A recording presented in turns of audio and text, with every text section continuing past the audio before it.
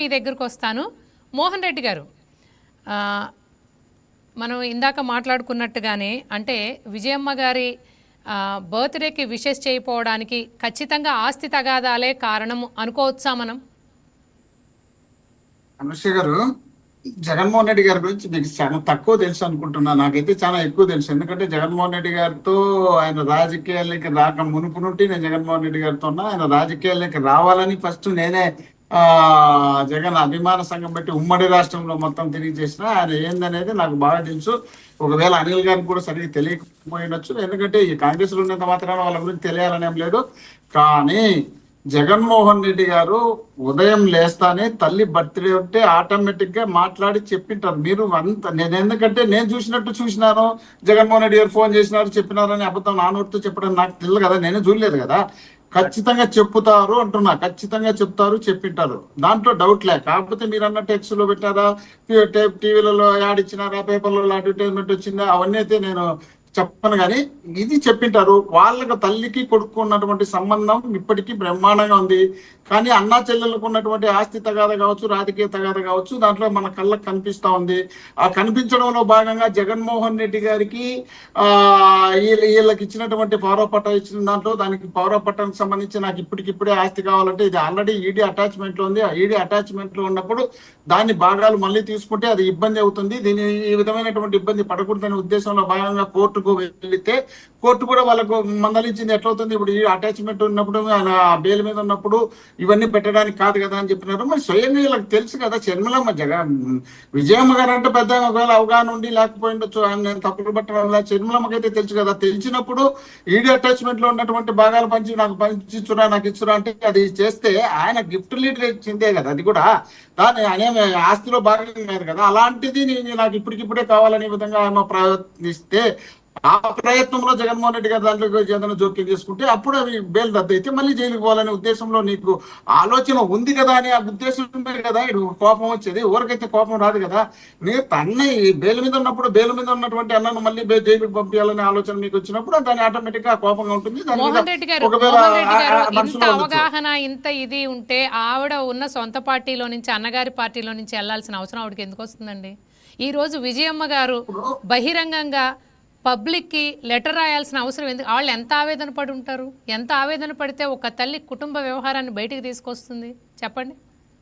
ఆ లెటర్లో నిజంగా అన్యాయం జరిగిందని ఆవిడ క్లియర్గా రాశారు. క్లియర్గా అన్యాయం జరిగింది అని. పబ్లిక్ రాయలే, పబ్లిక్ రాయాల లెటర్ రాసింది. అవునండి, అవును. మరి లెటర్ రాసింది పబ్లిక్ తెలవడం కోసమే కదా. చెప్తామ్మా. లెటర్ వాళ్ళ అన్నా చెల్లెలకు సంబంధించి లెటర్ రాయాల్సిన సందర్భం వచ్చి లెటర్ రాసింది. ఆ లెటర్ రాయడం కూడా ఆమె ఎంత ఫోర్స్ చేసింటే షర్మిలమ్మ గారు రాసి ఉంటుంది. ఎందుకంటే రోజు తల్లి మీరు చూసారా షర్మిల గారు ఫోర్స్ చేశారని? మీరు చూసారా? నేను చూసానా? కొంచెం విన్నామ్మా.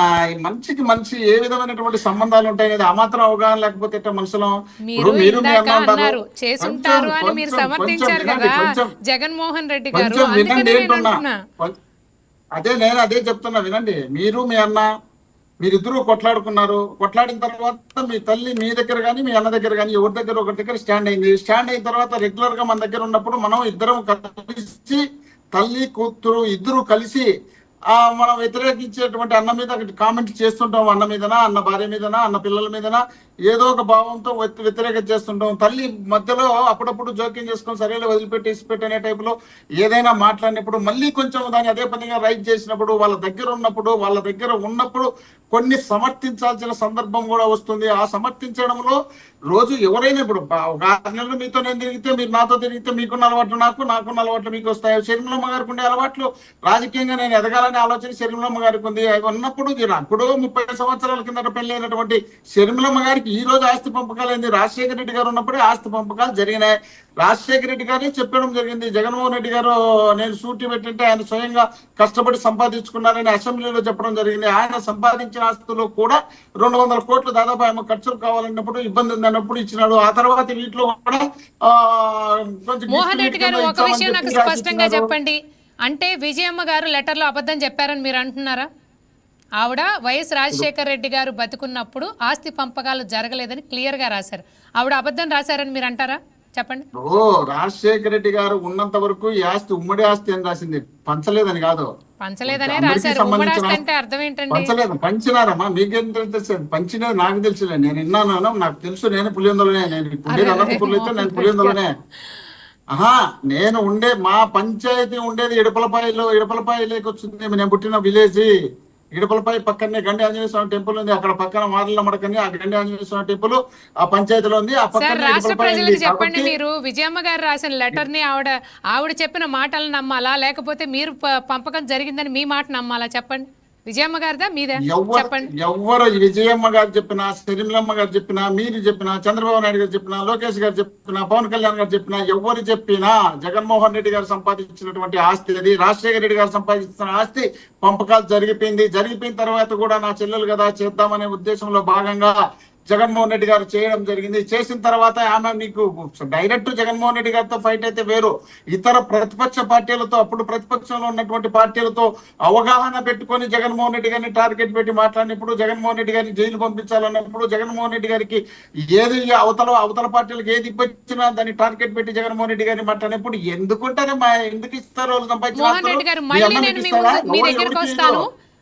అనిల్ గారు, మీరు ఇప్పటి వరకు నా మధ్య, మోహన్ రెడ్డి గారి మధ్య జరుగుతున్న మీ దగ్గరికి వస్తాను. మోహన్ రెడ్డి గారు, మా ఇద్దరి మధ్య జరిగిన కాన్వర్సేషన్ విన్నారు కదా మీరు.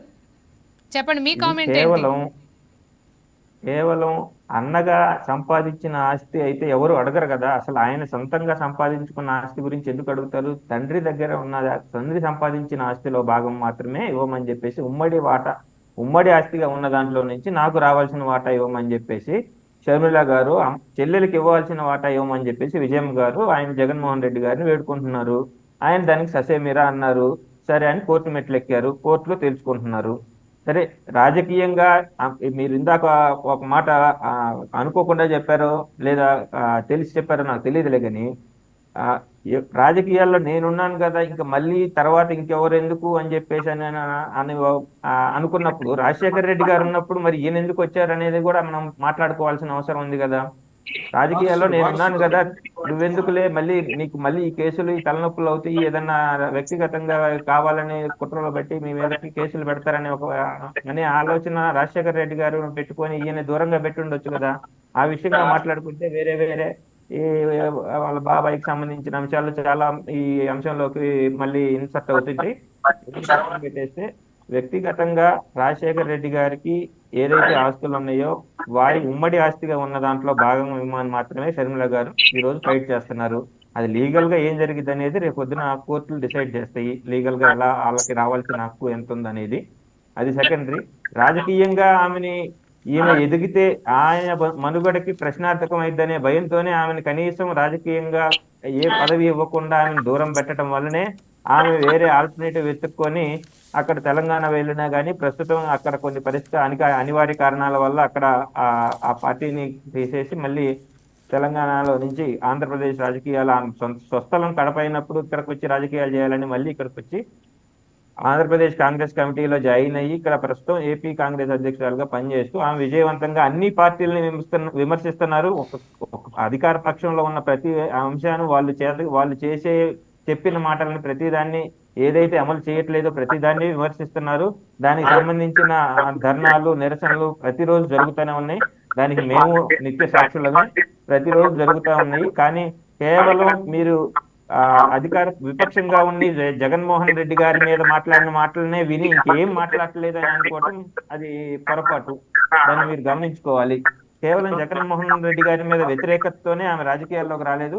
ఆమె రాజకీయ ఉనికిని లేకుండా చేయాలని చెప్పేసి ఆయన ప్రయత్నించడం వల్లనే ఆమె రాజకీయ ఉనికి కోసమే ప్రస్తుతం రాజకీయాల్లో కొనసాగుతున్నారు. అట్లాగే నిన్న ఆ ఉమెన్ రిజర్వేషన్ బిల్లుకు సంబంధించి కూడా చూస్తే కాంగ్రెస్ మీద ప్రతి ఒక్కరు నిప్పులు జరిగారు.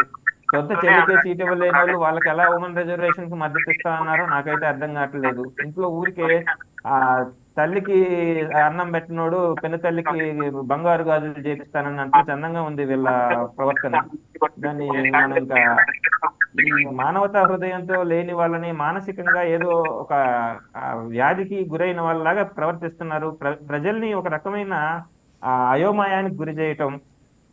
వారి చర్యలు ఎలా ఉన్నాయంటే ఒక వ్యక్తి ఇతరులని ఆదర్శంగా తీసుకోవాల్సిన స్థానంలో ఉన్న వ్యక్తి ఇలా ప్రవర్తించడం అనేది ఎంతవరకు సమంజసం కాదు. దీన్ని ఆయన వారు మోహన్ రెడ్డి గారు ఎంత కవరింగ్ చేసినా ఆయన పార్టీ నాయకుడిగా అది మాత్రం ఆయన వ్యక్తిగతంగా ఆయన మనస్సాక్షికి కూడా తెలిసి ఇది కరెక్ట్ కాదని చెప్పేసి నాకు తెలిసినంత వరకు వారు దీన్ని బయటికి సమర్థిస్తున్నా లోపల దాన్ని వ్యతిరేకిస్తున్నారని అనుకుంటున్నాను. Thank you. అలాగే అనిల్ కుమార్ గారు, మన డిబేట్లో ఇప్పుడు నెల్లూరు జిల్లా జనసేన ప్రధాన కార్యదర్శి కిషోర్ గారు జాయిన్ అయ్యారు. కిషోర్ గారు, మీ ముందుకు వచ్చేటప్పుడు